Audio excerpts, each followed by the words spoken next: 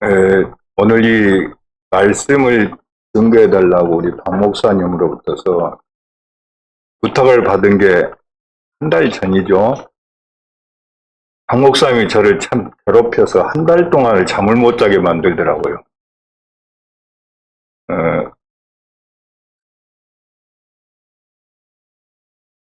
사실 이 말씀 준비하면서 거의 구약을 다 이렇게 한번 읽어봤다고 해도 과언이 아닙니다.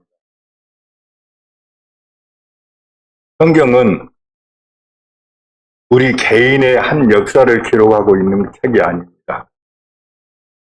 우리 개인의 한 도덕과 윤리를 기록하고 있는 책도 아닙니다.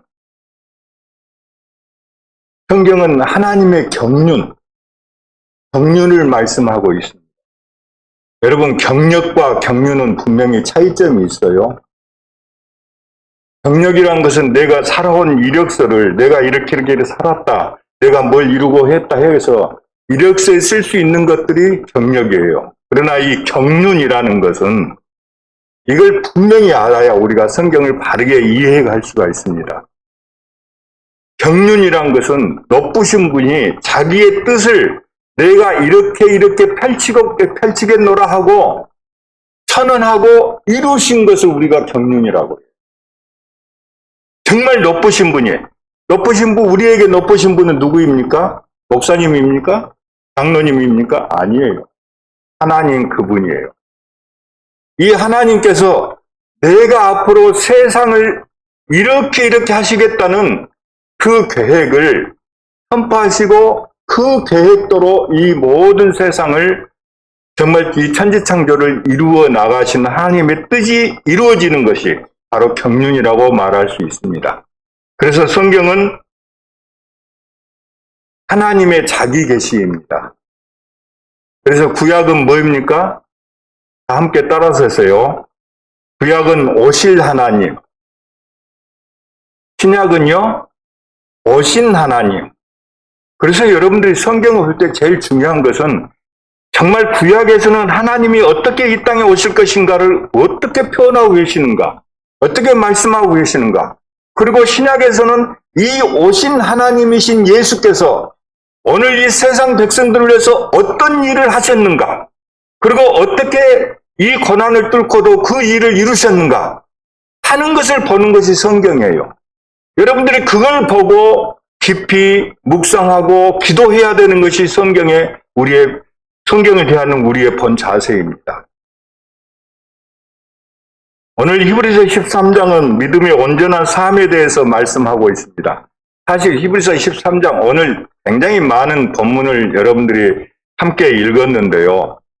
이것을 읽기 위해서는 히브리서 1장부터 다 봐야 되고 특별히 11장, 12장을 집중적으로 보시고 13장을 봐야 오늘 1절 말씀에 형제 사랑하라는 이 말씀이 내 가슴에 팍 와 닿는 거예요. 그러지 않고서는 배경을 모르고서는 이 형제 사랑이 그저 도덕적인 교훈에 불과하게 됩니다. 오늘 하나님께서 어떤 방식으로 하나님 자기를 이렇게 나타내시는가? 바로 그것은 하나님의 영광 자체입니다. 하나님이 어떤 방식으로 이렇게 하나님 자신을 나타내는가? 하나님 나타냄이 하나님의 영광이에요. 우리가 즐겨 쓰는 영광이라 이 말입니다. 오늘 가정에서도 우리 부모님이 자녀들을 양육할 때 그 어떤 처지와 형편을 따라서 부드럽게 이렇게 대할 때도 있고 어떨 때는 엄하게 대할 때도 있죠. 그런 것처럼 이 히브리서 기자는 이 편지를 받고 있는 그때 당시 히브리 교인들에게 그 히브리 교인들의 그 상태 때문에 편지를 쓰고 있는 것입니다. 그래서 그 배경에 비추어서 우리가 이 본문을 보아야 할 것입니다. 계속 말씀을 드립니다만 성경은 일반적인 교훈을 말씀하고 있는 것이 아닙니다. 배경을 살펴야 돼요. 철저하게. 오늘 도덕적이나 윤리적인 관계로 우리가 성경을 보면은 성경을 보는 것에 큰 실패를 맛보고 예수 그리스도 그분을 우리가 결단코 발견할 수가 없어요. 성경 속에. 그래서 안 믿는 사람들하고 우리가 대화를 할 때 그럽니다. 그들도 불교의 경전에 가서 봐도요, 형제 사랑하라는 말이 있어요. 똑같이 도덕질하고 이게 남에게 해를 끼치면 안 된다는 말 다 있어요. 그러니까 뭐 이 성경이나 불교의 경전이나 다 똑같지 않느냐 이렇게 똑같이 말을 해버려요. 윤리적으로 보면 도덕적으로 보면 그렇지요. 그러나 기독교의 윤리는 그런 게 아닙니다. 예수를 떠나서는 해석할 수가 없는 것이에요. 형제 사랑하는 것도 예수를 떠나서는 우리가 해석할 수가 없는 사항이다 이 말입니다. 일반적인 오늘 다른 세상에서 세상 교육에서 가르치는 그런 우애 정신 이런 게 아니라 이 말입니다. 그걸 뛰어넘고 있어요. 오늘 한번 이 히브리 교인들의 배경을 간단하게 한번 살펴봅시다. 오늘 오후에 외웠지요. 오후까지 할 것이니까 염려 마시고 딱 되세요. 제가 한 달 동안 준비했는데 준비한 거 중간에 끝마치면 억울하죠. 그죠? 기대는 크게 갖지 마시고요. 끝나고 나면 아 그렇구나 그냥 심심하게 생각되어져요. 자, 우리가 이 배경을 보면은 히브리 교인들이 어떤 배경을 가지고 있었느냐면 그때 당시에 이 교인들이 정말로 힘든 상황에 놓여 있었어요. 오늘 왜 그렇게 힘든 상황에 놓여 있었느냐? 그것은 예수를 믿음으로 말미암아 이 핍박을 무지막지하게 당하고 있었습니다. 이 유대인들이. 예수를 믿는 유대인들이 보통 핍박을 받은 게 아니에요. 여러분들 그 폴리갑이라는 사도의 속사도 같은 경우는 어떻게 했어요? 이 껍질을 벗기면서 순교를 당했어요. 살과 피부를 그렇게 하면서 사자밥이 돼가면서 여러분 그런 고통과 그런 핍박 속에서 예수를 믿고 있던 당시다 이 말입니다. 지금 우리들처럼 편하게 예수 믿는 게 아니었어요. 예수를 믿는다면 자기 생명을 자기 가족을 다 내놓는 그런 무지막지한 세상에서 살고 있다 이 말입니다. 그런데 이 사람들도 이 유대인들도 그 전에는 어떻습니까? 자기 조상들과 똑같이 성전에 가서 소나 양을 드리고 제사를 드리고 성전 제사를 드렸던 그런 사람들이에요. 그런데 예수를 믿음으로 말미암아 같은 동족들한테 어떤 핍박을 당했습니까? 너는 정말 이단의 괴수를 섬긴다, 어쩐다 그러면서 무지막게 당했습니다. 특별히 그 사울이 오늘 유대인들을 핍박하던 그 시대 때는 어떻습니까? 오늘 예루살렘에 이들이 살지를 못하고 예루살렘을 전부 떠나버렸어요. 핍박을 당해서 피해가지고. 제가 그 터키 갑바도기아를 가서 보니까 갑바도기아가 참 희한해요. 우리 성도들 다 한 번씩 가면 좋겠다는 이런 그 추천을 드릴 수 있는 곳인데 바위가 있는데 바위를요 손으로 긋거나 호미로 파도 굴이 만들어져요. 그래서 그 핍박을 피해서 그 굴 속에서 지냈던 저기가 갑바도기 가면 그대로 남아있어요. 굴들이. 그래서 그 굴 속에서 생활하고 굴 속에서 죽음을 맛보면 거기서 장사를 지내고 그랬어요. 그러니까 얼마나 핍박을 받았겠어요. 우리가 상상은 못합니다. 이렇게 민족들로부터서 자기 똑같은 형제들 민족들로부터 이단자를 섬기고 바로 이단의 괴수를 따르는 자로 핍박을 받고 있었는데 그런데 지금 그런 가운데에 있는 이 히브리 유대인들에게 지금 뭐라고 말하고 있습니다. 1절에서 13장 1절에서 다 한번 크게 읽어보세요. 시작. 자, 형제 사랑하기를 잠깐 허락했어요. 계속. 이 계속이요. 언어로 보면, 언어 속에서 보면 영원히 그런 말입니다. 잠깐 끝이는 것이 아니라 영원히 사랑해라. 그냥 나한테 형제가 나한테 좋게 하면 사랑하고 나쁘게 하면 내치고 하는 것이 아니라 이 핍박 가운데서 형제들을 사랑하라. 어때요? 배경을 조금 들어보니까 형제사랑 말이 우리가 생각하는 조금 다르죠? 의미가. 우리들은 지금 너무 자유롭고 평화로운 시대에 살고 있어요. 그래서 이 형제 사랑하라, 계속해서 사랑하라는 이 권면의 말씀이 별로 피부에 와닿지 않을 수 있어요. 그저 도덕적으로, 윤리적으로 우리 부모님이 우리에게 훈계하는 그런 정도로 우리들이 느낄 수도 있다 이 말입니다. 그러나 우리가 진리의 성령을 따라서 이 말씀을 우리가 다시 한번 듣고 생각하면은, 그리고 당시의 그 상황을, 배경을 우리가 다 살피고 이 말씀을 성령의 말씀으로 들으면 이 말씀은 충격의 말씀이 되어질 수밖에 없습니다. 이 권면은 그냥 형제 사랑하라는 활동을 계속하라는 그런 말씀이 아니에요. 그 정도가 아닙니다. 형제이기 때문에, 형제, 바로 이건 뭐 어떻습니까? 한 몸이기 때문에 계속하라는 것이에요. 형제 너와 나가 아니라 오늘 이 형제와 나는, 주 안에서 형제와 나는 어떻습니까? 한 몸이에요. 그래서 계속 사랑하라 이럽니다.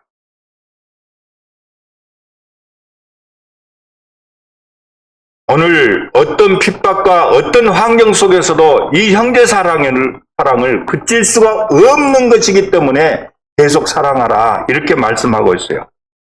물론 사람의 감정은 내게 손해를 끼치고 또 서운하게 하면은 원망을 하고 시비를 하고 그럴 수 있습니다. 그런데 본문은 내가 옥에 갇혀 있을 때도 어떤 환경에서도 바로 그 무지막지한 핍박 가운데서도 천사는 이해를 못해도 형제 사랑하기를 계속하라 이렇게 말씀하고 있잖아요. 여러분, 이 형제 사랑이라는 것은 특별한 활동이 아니라 우리의 삶의 질서이기 때문에 그렇습니다. 삶의 질서예요. 여기 보면은 그 다음에 보면 부지 중에 천사를 대접한 자도 있지 않느냐. 이 말씀이 무슨 말씀이에요? 그냥 형제 사랑을 대접을 계속 하다 보면 우리가 알지 못한 순간에도 천사를 대접했잖아요. 우리가 구약에 그런 배경이 있지요. 그러면 이 말씀이 그냥 우리가 모를 때 그냥 천사도 대접해서 그 천사가 나로 하여금 나중에 큰 복을 로또라도 당첨되게 하면 참 좋겠지요. 그런 말씀입니까?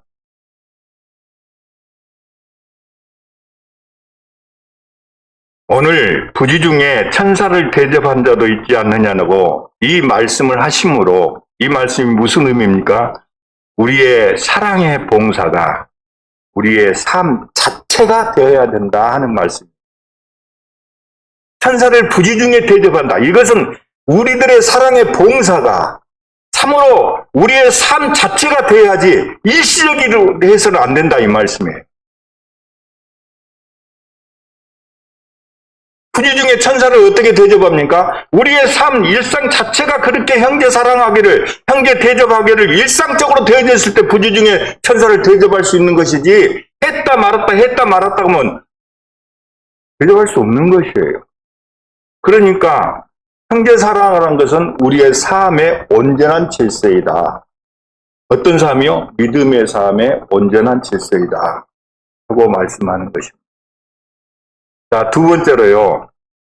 이제 혼인과 탐심을 말씀하고 있어요.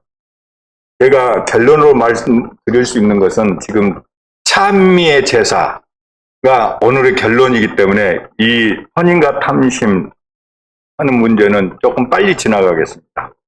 왜냐하면 이 혼인, 하나님이 우리와 함께 하심의 그 연합관계, 하나님이 나와 함께하는 연합관계가 우리 생활 속에서 가장 누구와의 관계 속에서 가장 잘 사귀어져 있습니까?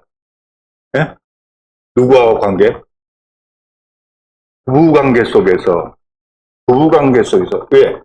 우리가 결혼하면 이제 한 남자 한 여자가 아니라 1대1의 서로 동등한 인격이 함께 만나서 한 몸이 되었다고 그러죠. 그러죠? 일반 세상 사람들은 이것은 다 한 몸이 되었다고 다 그렇게 해요. 그러면 한 몸이 된 하나님과 나와 한 몸이라는 관계를 바로 이 하나님께서 부부 관계 속에서 심어 놓으셨어요. 그래서 아담이 첫사람 바로 자기의 아내를 보고 맨 먼저 찬양했던 노래 불렸던 노래가 어떤 노래입니까? 사랑의 세레나데. 인류 최초의 사랑의 세레나데. 예, 뼈 중에 뼈요, 살 중에 살은. 우리 남자분들만 자기 아내 생각하면서 한번 크게 해서요. 자, 뼈 중에 뼈, 살 중에 뼈. 시작. 아이, 사랑들 안 하시는 거, 곧 죽어가는 목소리, 그거 뭡니까? 아이, 지금까지 살아온 지금 옆에 있는 부인을 얼마나 사랑하지 않으면 그렇게 우리 윤 장로님 옆에 세입자를 향해서 제일 크게 시작. 여기 맞습니다. 이렇게 첫 남자 아담이 첫 여자 하와에게 자기 아내에게 최초의 일일체체 사랑의 세레나데를 내 뼈 중에 뼈, 살 중에 살. 이거 뭡니까? 한 몸이란 표현 아닙니까? 그런데 이 아담과 하와가 하나님이 싫어한, 하나님이 절대하지 말한 선악과를 먹었어요. 죄를 지었어요. 죄를 짓고 난 다음에 아담과 하와가 서로 쳐다보니까 어쨌더라? 예? 서로 어쨌더라? 죄를 지은 인간은 자기 한 몸인 아내를 볼 때 어떻게 보고 남편을 볼 때 어떻게 봅니까? 죄를 지으면? 서로 벗은 것을 어쨌더라? 부끄러워했더라. 부끄러움이 가장 먼저 찾아와요. 죄를 지으면.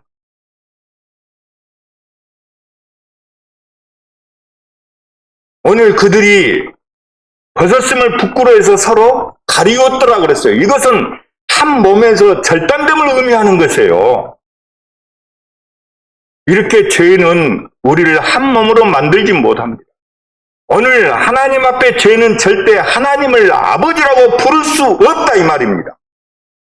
여러분들이 하나님이 나와 한 몸이라고 예수께서 나 한 몸이라고 그러신데 그것은 항상 성경에서 이 죄 문제를 해결했을 때 아버지와 나가 하나듯이 너희와 나가 하나다 그럽니다. 성경에서. 예수께서 그렇게 선포하고 있어요. 죄를 짓고서는 남편이 아내한테 죄를 짓고서는 똑바로 얼굴 쳐다볼 수 없어요. 왜? 부끄러움 때문에. 왜? 죄 때문에 그렇다 이 말이에요. 여러분, 하나님을 모르고는 거룩함이 없어요. 그러니까 우리 큰 백부님도요. 아들이 없다고 둘째 마누라, 셋째 마누라만 봤어요. 옛날에 우리나라 그 전통이 그래요. 그렇죠? 이게 하나님을 모르기 때문에 그 부끄러움을 몰라서 이런 일을 저지른다.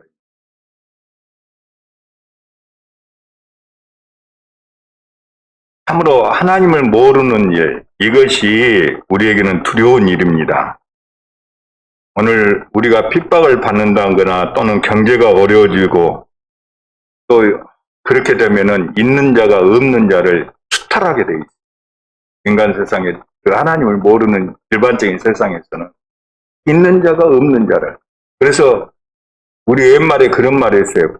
99섬지기 부자가 한 섬지기 가난한 사람에게 야, 나 100섬짜리 한 섬 나 달라. 이것이 죄인들의 인간의 습성입니다.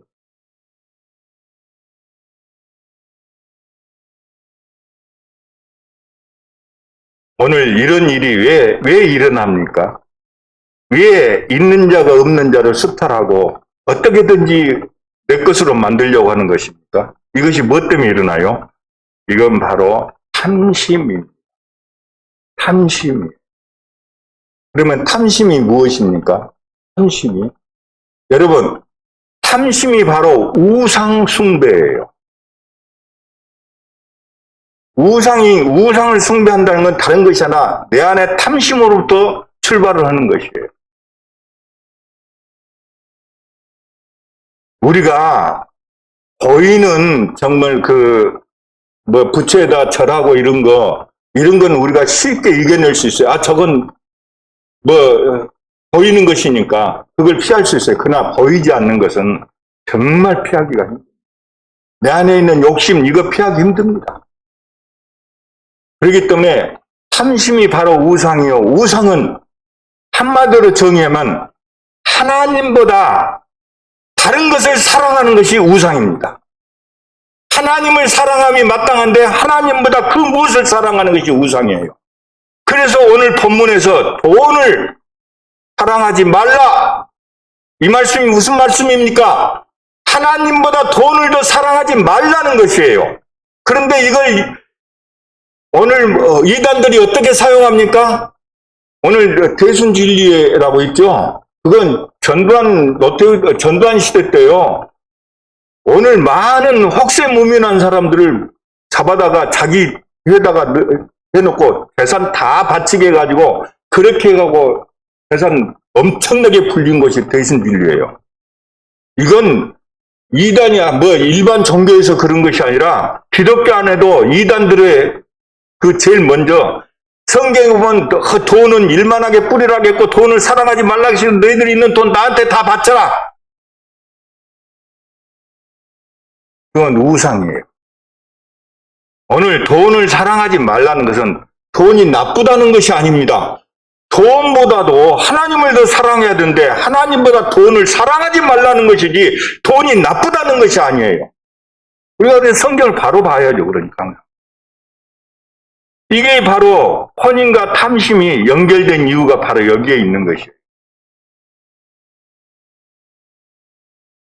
여러분들이 실제적으로 연보, 특별히 11조를 못하는 이유도 아까워서 탐심 때문에 못해요. 그러죠? 그리고 정말 안타까운 것은 코로나로 핑계대고 지금 마스크 내일 아침에 일터에 가면요. 우리 기사들 다 여기서는 마스크 벗고 일을 해요. 한 30여 명 기사들인데 참 마스크 벗고 난 쓰고 일하면 그냥 힘드니까. 근데 코로나 핑계대고 더군다나 유튜브에서 이렇게 집에서 편히 하니까 에이 오늘 가기 싫다. 이게 뭐예요? 내 육신의 편함을 위한 그것 또한 탐심입니다. 정말 제가 생각할 땐 다음 주 이제 목사님 오시니까 안 나오던 교인들 다 와서 함께 한 목소리로 주님을 찬양하고 거룩한 예배를 드렸으면 참으로 좋겠습니다.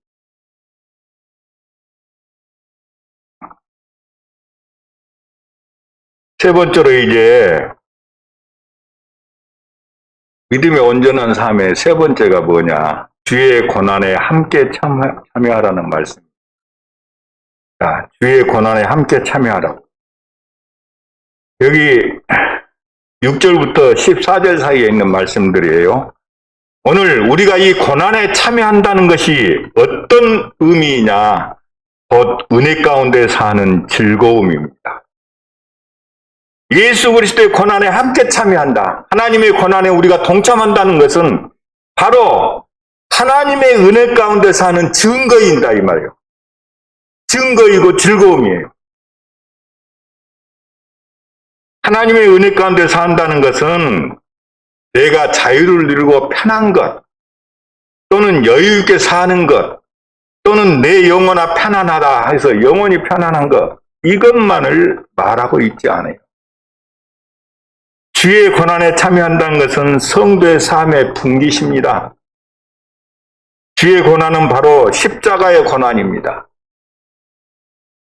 이 세상은 예수의 하나님 되심을 거절했어요.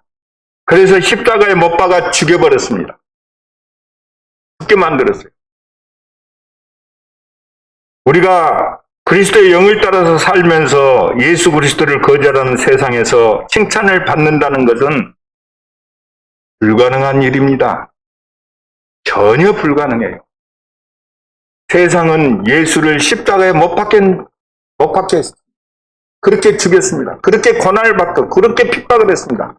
그런 세상이 우리가 하나님과 함께하고 예수 그리스도가 우리의 주요 구원의 주라고 우리가 고백하는데 이 세상이 우리를 어떻게 즐겁게 맞이하겠습니까? 우리를 환영해 주겠습니까? 결코 환영하지 않습니다.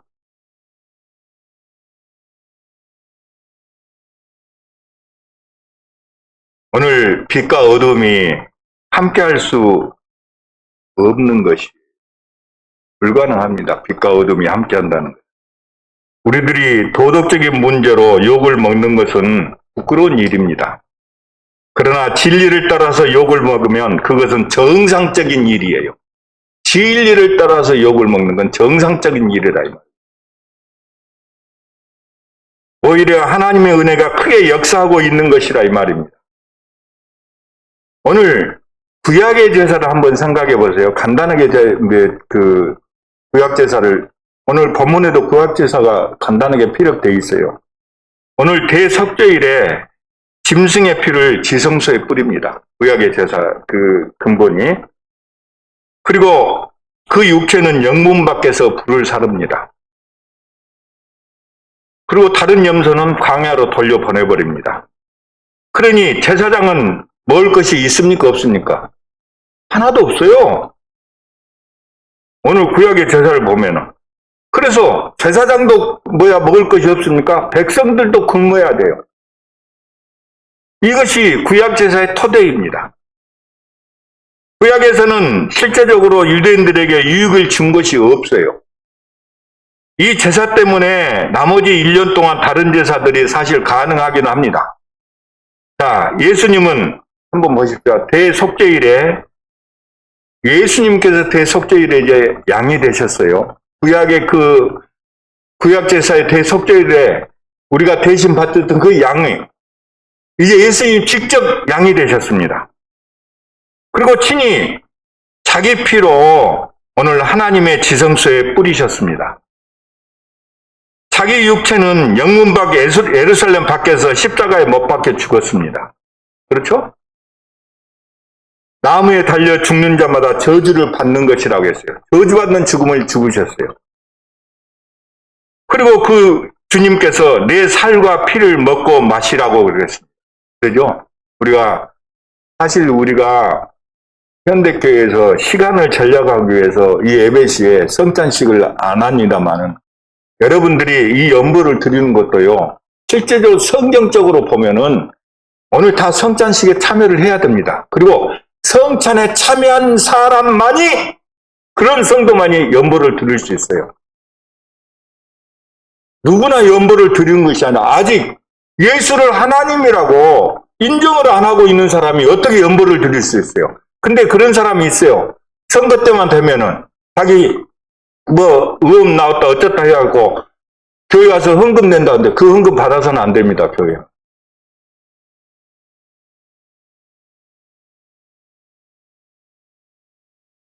그러나 이제 우리가 이제 현대 사회도 와보니까 이 초대교회 예배하고는 많이 변화된 것도 있어요. 그래서 그런 건 이해하고 넘어갑니다만은 실제적으로 우리가 1년에 어떤 날만 정해서 성찬식을 하는 것은 아니다 이 말입니다.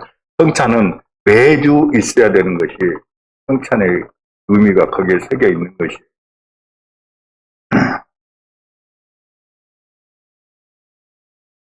자, 우리 주님께서 내 살과 피를 먹고 마셔라 하신 이 말씀은 그 무슨 말씀입니까? 바로 예수 그리스도의 생명의 은혜를 우리에게 공급해 주신다는 것이에요. 바로 우리가 매 주일 예배 때마다 성찬을 하는 이유가 뭐냐? 성찬을 해야 되는 이유가 뭐냐? 바로 주님의 피와 살로 우리가 공급을 받다. 바로 그런 생명의 은혜를 우리가 매번 공급을 받는다는 것을 우리가 인식을 해야 되기 때문에 그렇다 이 말입니다. 오늘 우리가 이렇게 생명의 풍성한 은혜를 누리고 살 수 있는 것은 누구 때문에 그렇습니까? 바로 예수 그리스도 그분이 십자가의 고난을 통해서 오늘 이 구원을 완성하셨기 때문에, 그 완성된 하나님 나라를 우리에게 선물해 주셨기 때문에 우리가 이 생명의 풍성함을 누릴 수 있는 것이죠. 우리는 십자가 전달에 참여하는 우리에게 어떤 유익이 있습니까?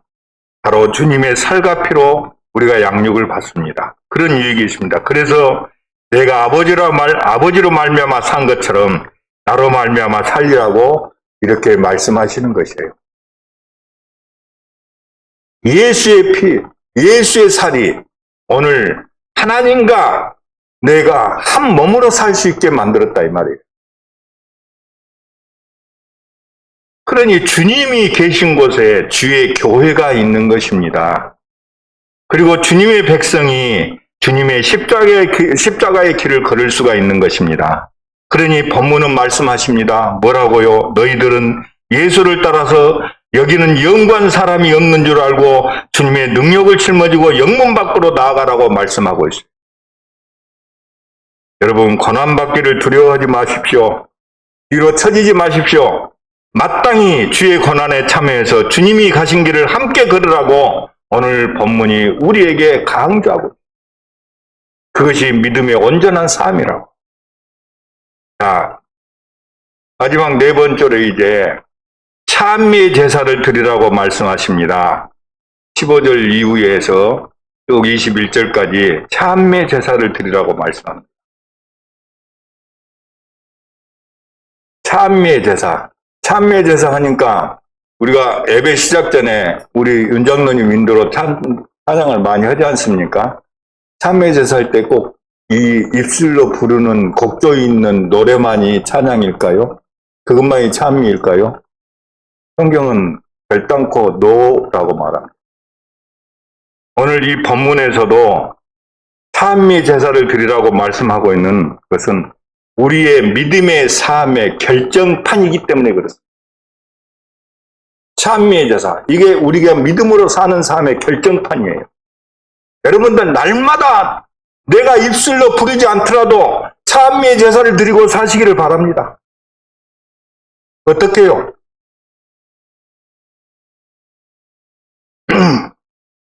우리가 예수로 말미암아 항상 찬미의 제사를 드립니다. 어떻게 찬미의 제사를 드립니까? 이는 그 이름을 증거하는 입술의 열매니라 그랬습니다. 그 이름을 증거하는, 누구 이름을 증거합니까? 예수 그리스도를 증거하는 삶이 여기서 찬미의 제사라고 말하고 있어요. 예수가 하나님이십니다. 예수가 구원자이십니다. 예수가 우리의 생명이 주이십니다를 세상에 선포하고 세상에 증거하는 이 삶 자체가 여러분 찬미의 제사입니다. 곡조 있는 노래만이 찬양이 아니라 우리의 참 찬양은 예수 그리스도가 생명의 주이심을 이 세상을 향해서 증거하십시오. 어떤 고난과 핍박이 있다 할지라도 굴하지 않고 증거하는 것이 바로 찬미의 제사입니다.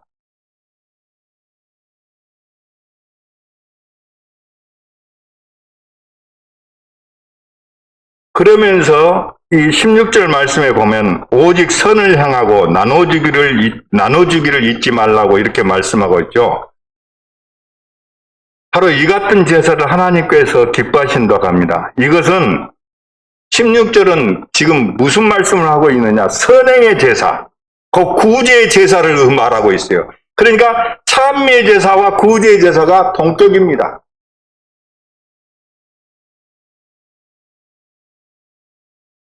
오늘 찬미의 제사가 우리의 삶의 결정파로 나타나는 것은 바로 구제를 통해서 나타나는 것이에요.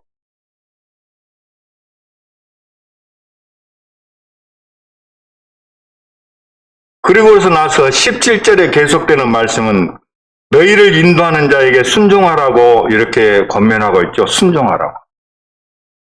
그러니까 15절 이하 18절의 말씀은 보혜의 삶을 지금 말씀하고 있어요. 항상 예수로 말미암아 하나님 앞에 찬양하고 그리고 예수 이름으로 서로 구제하고 또 그리스도께서 계신 교회적인 삶에 있어서 질서를 유지하라. 순종하라 이 말씀은 질서를 유지하라 이 말씀이에요. 그 권위에 순종해서 말씀의 양육을 받으라는 말씀이죠. 자, 찬미의 제사가 무엇입니까? 이미 다 말씀을 드렸습니다. 곡조 있는 찬양입니까? 우리가 배경을 봐야죠. 자, 히브리서 주제가 어떤 주제를 가지고 있냐면요. 히브리서 전체 주제가 하늘에 계신 대제사장이신 예수 그리스도. 이건 꼭 여러분 잊지 마세요. 히브리서를 딱 읽을 때, 예수 그분이 누구인가? 하늘에 계신 우리의 대제사장이시다. 그걸 히브리서가 말하고 있어요. 그 주제를 가지고 있어요. 우리가 참회 제사를 드릴 수 있는 이유가 바로 뭐입니까? 여러분들이 참회 제사를 드릴 수 있는 이유가 뭐입니까? 바로 예수 그리스도께서 하늘 보좌에 계시기 때문에 하나님께 찬양으로 제사를 드릴 수 있다는 것입니다. 바로 지금 예수 그리스도 그분이 어디에 계십니까? 하늘 보좌 우편에 계십니다. 보좌 우편에 계시기 때문에 여러분들이 참회 제사를 드릴 수 있고 우리가 곡조 있는 찬양도 드릴 수 있다는 것이에요. 그냥 아무나 드릴 수 있는 것이 아니에요. 그래서 믿음이 정말 좋으신 분이 찬양을 할 때 보면은 곡이 좀 틀려도 훨씬 은혜롭다는 표현을 해요. 우리가 그런 표현을 할 때 있습니다. 왜? 서로 믿음으로 와닿기 때문에. 그분이 바로 예수 그리스도 그분을 바르게 증거하고 있기 때문에 그렇다 이 말입니다.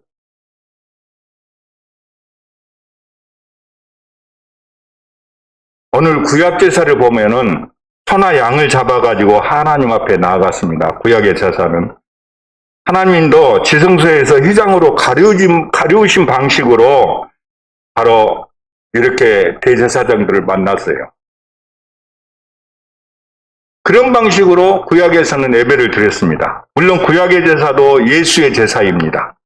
구약 백성은 제물에서 하나님께서 이루실 구원의 약속, 바로 우리의 죄에도 불구하고 제물의 피 흘림 안에서 하나님께서 자기 백성과 교제하심을 오늘 제물의 피 흘림 안에서 우리가 봤어요.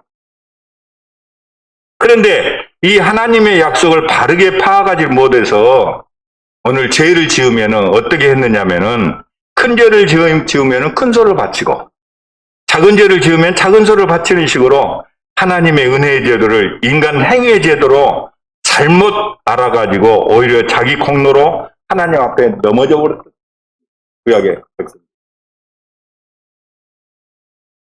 어디 보면 뭐 작은 죄 지었다고 적은 거 바치라는 것이 아니라 그 생활 형편에 따라서 구약 제사를 보면은 정말 작은 것도 바쳤어요. 곡식도 바치고 그랬어요. 생활 형편에 따라서. 죄의 크고 작음의 유무를 따지지 않고요. 오늘 성경에 보면은 창세기 47장인가요? 거기 가서 보면 요셉이 이제 그 애굽의 총리가 됐지 않습니까? 총리가 돼가지고 하나님 말씀대로 자기 가족들을 그 아버지 야곱을 위해서 자기 형제들을 다 애굽으로 초대를 해요. 초대를 했는데 그 야곱 가족들이 애굽의 어디 땅에 거한지 아십니까? 고센 땅에 거해요. 근데 이 고센 땅에 거하는 이유가 있어요. 하나님께서 고센 땅에 딱 머물하신 이유가 있어요. 그건 뭐냐면 이 고센 땅은 목초지가 발달된 아주 비옥한 땅이에요. 그런데 애굽 사람들은 이 목축업을 아주 전시했습니다. 그래서 애굽 사람들은 아예 목축업하고는 상대를 안 했어요. 우리나라에서 예전에 직업을 어떤 직업을 천대시했듯이 그랬어요. 그래서 고센 땅에 머무르면은 애굽 사람들과 어떻습니까? 큰 접촉이 안 일어나요. 그러면서 바로가 바로 그 고센 땅에 살라고 허락을 합니다. 그런 배경을 가지고 있는데 야곱을 첫 대면에서 누가 만나면 바로를 만나요. 그래서 야곱이 축복을 하죠. 그런 다음에 바로가 묻습니다. 당신 나이가 몇 살이요? 하고 물으니까 야곱이 대답을 하죠. 몇 살이라고 대답합니까? 내 나이 130입니다. 그런데 내 선조들에 비해서는 내가 그렇게 오래 산 건 아닙니다. 그런데 정말 내 삶이 고달팠습니다. 하고 그렇게 대답을 해요. 왜 그렇습니까? 야곱이 정말 자기 고달픈 인생, 130년 인생을 살아오니까 정말 너무너무 고달퍼서 그런 말을 합니까? 그게 아니에요. 그 말 뜻에는 그런 이야기가 아니고 그 창세기 1장부터 쭉 살펴보면은 야곱에는 한 줄기 빛이 있어요. 어떤 빛이 있습니까? 하나님께서 약속하신 그 구원의 약속의 빛을 그 밧줄을 붙잡고 있다 이 말입니다. 야곱이. 그래서 하나님의 약속이 언제 이루어질까 하고 자기의 몸부림산 인생이 130년이라 이 말이에요.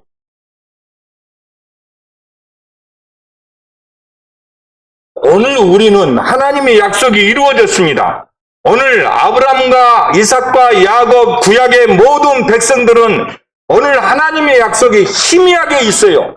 희미하게 있는 가운데서도 오늘 그 약속의 동아줄을 붙잡고 그들이 생활을 해왔다 이 말입니다. 그래서 그들의 힘으로 어떻게 특히 야곱에게서는 그런 얘기가 더 나타나요. 자기 노력과 자기 지혜와 자기 꾀로 어떻게 이것을 이루어낼까 하는 것이 야곱의 인생이었어요. 그래서 바로 앞에서 고백할 때 내가 내 선조들보다 더 짧은 인생을 살았어도 이 인생이 너무 고달팠습니다 하고 이야기하는 것이에요. 왜? 오늘 하나님께서 자기 자녀 요셉을 통해서 이루시는 그 구원의 약속을 붙잡았기 때문에 그런 것이에요. 야곱이. 그 약속이 자기 아들 요셉에게서 이제 하나님의 구체적 약속이 좀 더 이루어져서 오늘 야곱이 내 인생이 130년이었어. 130년 너무 고달팠습니다 하는 그 고백 속에 있는 것입니다. 야곱 보지 마세요. 오늘 성경을 볼 때 하나님을 봐야지. 야곱 보면 우리는 야곱 이상, 아브라함 이상, 다윗 이상, 솔로몬 이상 갈 수가 없는 것이에요. 오늘 구약의 그 모든 믿음의 조상들은 그래서 오늘 히브리서 여기 11장에서 믿음의 조상들을 이야기하면서 오늘 여기서 13장에서 말하고 있는 것은 오늘 믿음의 조상들이 이렇게 살아왔다. 오늘 믿음의 조상들은 어떻게 살아왔느냐. 그들은 한 줄기의 약속, 희미한 약속을 붙잡고 살았다. 그런데 너희들은 이제 영문 밖에서 정말 불사람을 당한 그 예수의 피와 살로 오늘 우리가 풍성하게 살찌움을 받지 않느냐. 십자가의 고난이 오늘 모든 죄를 다 완성했지 않느냐. 우리의 구원을 완성했잖아요. 그러니 너희들은 어떤 핍박 가운데서 형제 사랑하기를 계속하라 이렇게 말씀하고 있는 것이에요. 얼마나 위로가 되고 얼마나 힘이 됩니까? 여러분들이 아브라함 보고 이삭 보고 야곱 보면은 오늘 우리의 인생은 아무것도 아니게 되고 정말 거기서 정말 무너지게 되어 있는 것이에요. 하나님을 보십시오. 하나님이 그 가운데서도 우리에게 어떻게 인도해 내셨는가를 이걸 우리가 성경을 기도와 관계에서 좀 더 말씀드리겠습니다. 오늘 구약의 제도는 다 완성하셨어요. 예수님 그분이 하나님의 약속은 그분이 이 땅에 오셨습니다. 예수님 그분만이 진정 대제사장이십니다. 그림자가 아니라 확실한 대제사장이십니다. 구약의 대제사장은 바로 예수 그리스도의 그림자였어요. 이제 실체가 오셨습니다. 그래서 예수의 이름으로 하나님 앞에 찬양의 제사를 드리는 것이고 오늘 그래서 감사의 제사가 우리가 이루어지는 것입니다. 오늘 구약 제사의 근본은 번제입니다. 번제가 구약의 5대 제사 중에 가장 근본되는 제사가 번제예요. 근데 레위기서 보면 번제를 드리라 했을 때 그 짐승의 가죽을 태우라 했을 때 뭐라고 합니까? 향내나는 제사라 그럽니다. 여러분 짐승의 가죽을 태우고 짐승을 태우는데 향내가 납니까? 역겨운 냄새 나요. 그렇죠? 오늘 이 향내 난다는 말의 의미가 어떤 의미입니까? 바로 향내가 난다는 것은 하나님이 기쁘시게 받으셨다는 것이죠. 그걸 향내 나는 제사라고 말합니다. 하나님이 진정으로 기쁘시게 받은 제사는 어떤 제사입니까? 마지막으로 완결된 제사가 어떤 제사입니까? 예수 그리스도의 십자가에서 영문 밖에서 십자가에서 돌아가신 것 바로 그것이 바로 하나님이 기쁘시게 받으신 바로 번제의 종결 아닙니까?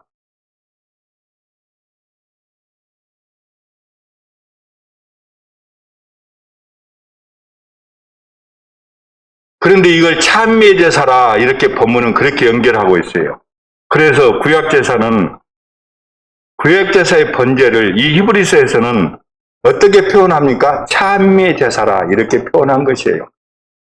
찬미의 제사. 이제 예수님께서 우리 죄를 위해서 죽으셨습니다. 그렇죠? 그래서 우리가 하나님 앞에 감사를 드립니다. 그래서 감사의 제사도 가능하죠? 그리고 찬미의 제사, 즉 이 향내난 제사를 드릴 수 있게 된 것이에요. 항상 찬미의 제사를 하나님께 드리자.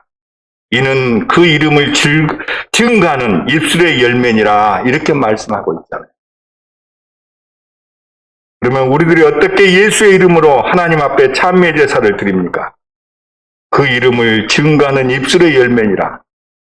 그냥 곡조 있는 노래 찬양만 말씀하시는 것이 아니라 바로 우리의 입술로 예수님께서 구주되심을 확실히 고백하는 것, 이게 찬미의 제사입니다. 오늘 또 날마다 예수 그리스도 그분이 누구입니까? 바로 나의 주 나의 하나님이십니다. 나의 구원해 주십니다. 나의 생명해 주십니다를 날마다 고백하는 것이 찬미의 제사라 이 말이에요.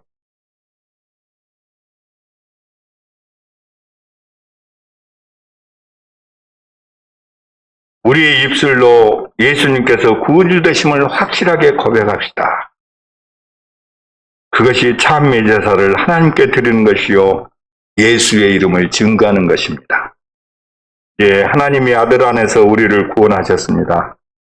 예수 그리스도만이 우리의 구원자요 그 외에 구원자가 없습니다. 그러므로 주 예수 그리스도의 이름을 증거하는 것이 하나님 앞에 찬미의 제사입니다. 소나 양을 잡아 드리는 제사보다도 더한 것이 바로 우리 주님의 십자가의 죽으심입니다. 하나님을 하나님으로 고백합시다.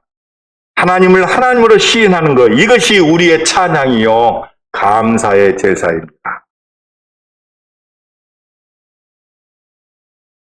여러분, 우리가 성경을요 하나님이 하신 일, 그 경륜을 살피지 아니하고 어떤 도덕적인 것을 윤리적으로 우리가 접근하게 되면, 성경을 바로 못 보게 되면은 황당과 허망을 갖게 돼요. 황당함과 허망함을. 제가 여러분에게 좀 긴장을 풀어드리기 위해서 황당은 어떤 것이 황당한지 아세요? 어떤 것이 황당한 겁니까? 길을 가다가 갑자기 소변이 엄청 마려워요. 아무리 둘러봐도 화장실이 없어요. 그런데 큰 차가 한 대가 있습니다. 그 차 뒤로 가서 소변을 보려고 딱 시작을 했는데 그 차가 갑자기 부르릉 떠나버렸어요. 그게 황당한 것이에요. 허망한 것은 뭡니까? 갑자기 배탈이 났어요. 또 화장실을 찾을 수가 없네요. 막 부글부글 끓으면서 뱃속에서 가스가 나와요. 그래서 하도 아파서 가스를 탁 뿜었는데 설사가 주르륵 다 작게 나와버렸어요. 이게 허망한 것이에요. 왜 이 말씀을 드렸냐면, 우리가 신앙생활을 하면서 이런 황망함과 황당함과 허망함에 빠져들지 않기를 바라는 것이에요. 그건 무엇입니까? 성경을 바르게 알고, 성경을 바르게 안다는 것은 무엇입니까? 예수 그리스도 그분이 우리의 생명의 지으심을 날마다 진심으로 고백드려질 때 우리가 바르게 설 수 있다는 것입니다. 우리가 하나님을 창조자로 믿고 또 그분이 자기 아들 안에서 우리를 구원하신 사실을 믿을 때 우리들은 세상에서 감사의 노래를 하나님 앞에 드릴 수가 있는 것입니다.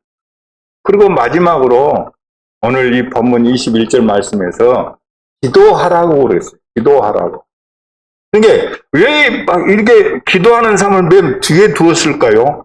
기도가 무엇인지를 알아야 됩니다. 기도는 어디에 근거하고 기도합니까, 여러분들? 여러분들 무조건 내가 나한테 그냥 주시옵소서, 나를 이렇게 해 주시옵소서 하는 것이 기도입니까? 기도의 기반은 그렇게 되는 것이 기도의 기반이 아닙니다. 오늘 기도는 성경을 바르게 묵상함을 통해서 기도가 이루어집니다.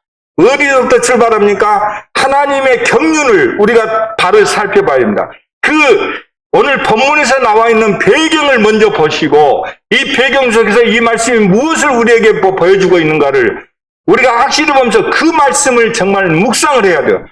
묵상을 가장 많이 하시는 분이 누구예요? 목사님입니다. 왜? 날마다 성경. 사실 이 말씀을 준비하면서 내가 일찍 목사 그만두기를 참 잘했다 그런 생각이 들었어요. 왜? 정말 너무 힘들었기 때문에. 우리 박 목사님 몸도 약하신데 매주 그냥 두어 편씩 준비하려면 진짜 땀 뻘뻘 흘렸을 거예요. 그리고 성경 보고 나서 묵상하고, 성경 보고 나서 묵상하고, 묵상과 기도는 전혀 틀려요.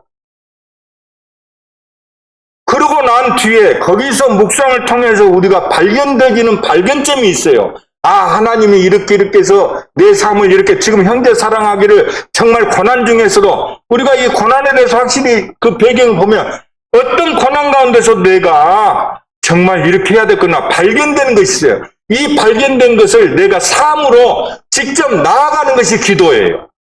그래서 마태복음에서 기도를 정의할 때 구하라 찾으라 문을 두드리라고 했지 않습니까?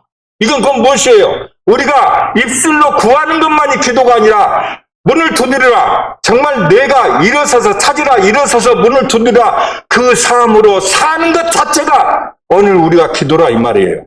그래서 기도는 24시간 다 계속 진행돼야 된다 이 말입니다. 우리는 기도했으면 그냥 눈 감고 기도했으면 그걸로 끝나는 것입니까? 아니에요. 묵상 속에서 발견된 이것을 가지고 기도를 합니다. 구체적으로. 하나님 내가 이렇게 살겠습니다. 하나님 내가 이번에 이렇게 하겠습니다. 하나님을 내가 이렇게 증거하겠습니다. 이렇게 하고 난 뒤에 그 증거를 해서 열심히 살아가는 것까지가 기도예요. 눈 감고 입술로 하나님 앞에 주문한 것만이 기도가 아니라 살아간 것까지가 기도입니다.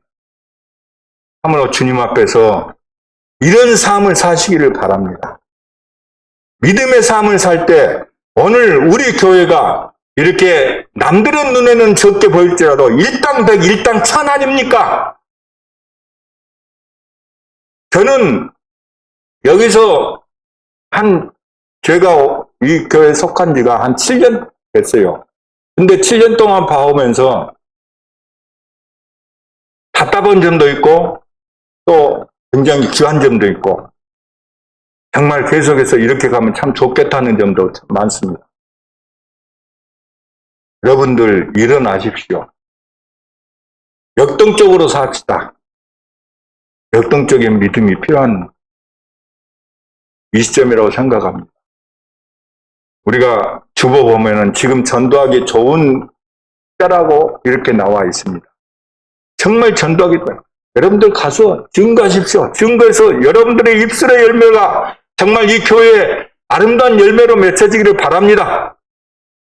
그것은 바로 오늘 말씀하신 대로 찬미의 제사, 감사의 제사를 여러분들이 바르게 드리고 바르게 삶으로 말미암아 예수 그리스도가 나의 주 하나님이십니다. 이것이 바르게 고백되어질 때 바로 그것이 신앙이고 우리의 능력이 되어지는 것입니다.